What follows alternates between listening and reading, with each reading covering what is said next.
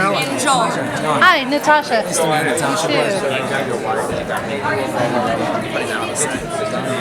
Yeah. I know. Like, and blackout. How you guys doing? Great, how are you? Oh, good. So first of all, I guess since it's a new show, just tell us about your characters. Sure, I play Joshua Silverman Jr., who is a Texas televangelist. He is next in line to take over his father's church. The church preaches prosperity, much in the way John Osteen, very in that vein, I would say. And it's a very interesting journey we get to see him go on. His faith is challenged. His whole belief system essentially comes crashing down during the pilot. Yeah. It is a very dark path we will see him go on before he, I guess, comes back to the light. What special power do you have? Prophetic vision. Prophetic vision. Prophetic vision. Oh yeah. He sees like jigsaw puzzle pieces of information, and then them as a group will work together to try and figure out what they mean. Yeah. Interesting concept of what happens in the pilot with you and The wife. yeah. What's the challenge of playing that type of character that has his faith? Fantastic. I mean, the more complex the character is, the more fun they are to play.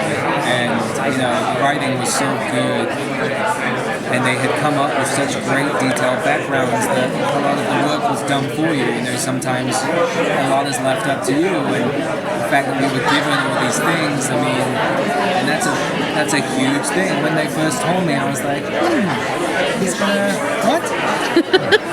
But it was, the actors were so great, and the writing was so great that I feel like it elevates his story a lot, because it puts him again, his faith is challenged, and his whole world crashes down just in the first episode. So it's a great jumping off point, I would say, for him. And I think it's quite interesting how that all progresses. How does your character accept the challenge of being a message? Is there conflict there? There's an inner conflict to all of us. When I wake up, Peter, it's just very unclear. You can see in his eyes, when he wakes up, it's just, what just happened? Like, it's just fuzzy and it's unclear, and I don't know what just happened. So there's definitely an inner conflict. And then when our powers manifest and things start to happen, we don't really know what. I mean, I snap and this kid dies. So there's no control over the gifts that we've been given at the beginning. They kind of just happen.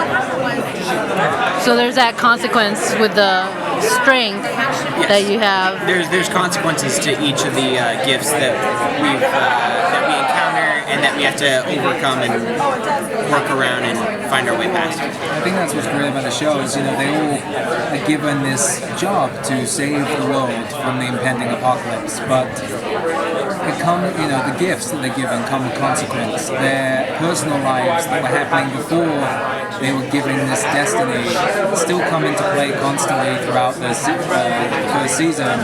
So it's very much like if someone told you had to save the world, your life doesn't stop.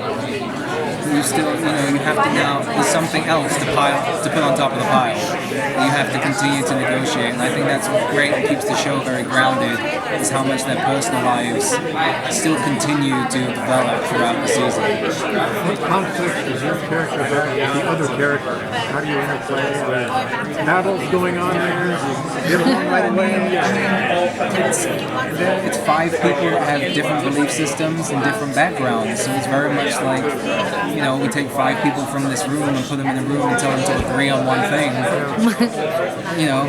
Especially the apocalypse. Yeah, exactly. So everyone kind of comes at it from a different angle. We have an atheist, we have someone who has Jewish heritage, we have the Christian, and it's a great struggle. I feel like that's what's very relatable about the show, is that that's something that we all struggle with day in and day out in the real world, is how do we move forward as the human race when we all have such differing opinions on how the world should progress and what people should have this and this and this, and hopefully that's something that becomes very relatable for everybody.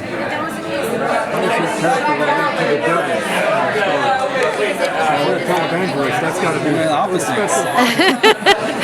Oh yeah, what do you have in common with your characters, basically?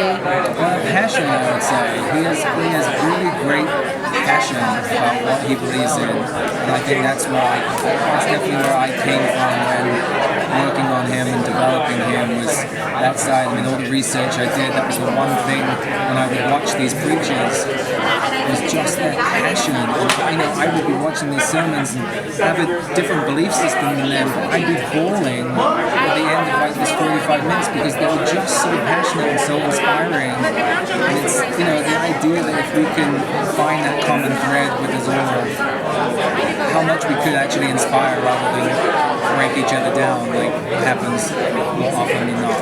Yeah. How about you? Like, what's your... Well, Peter's just a regular teenager. Yeah, he's got some extra baggage with his history, his past, but I mean, he goes to school. He's got homework. I mean, he's got bullies. He's got this friend who wants a little bit more with. He doesn't really know. I mean, there's drama. I mean, he's a teenager, straight up. This kid is a regular teenager with some extra baggage, and oh yeah, here, save the world. What special powers do you have? Do you overcome your bullies? Or I'm given the gift of strength, which that comes in handy. no, yes, I'm given the gift of strength, and it's very much of a Hulk, not Superman strength. He doesn't turn green. I don't turn green, but In I season have, 1, at least. Yeah, that's later. It's blue, yeah. Alright, you guys, we have to wrap. Okay. Strength. Thank you. Let me take a one on with you guys.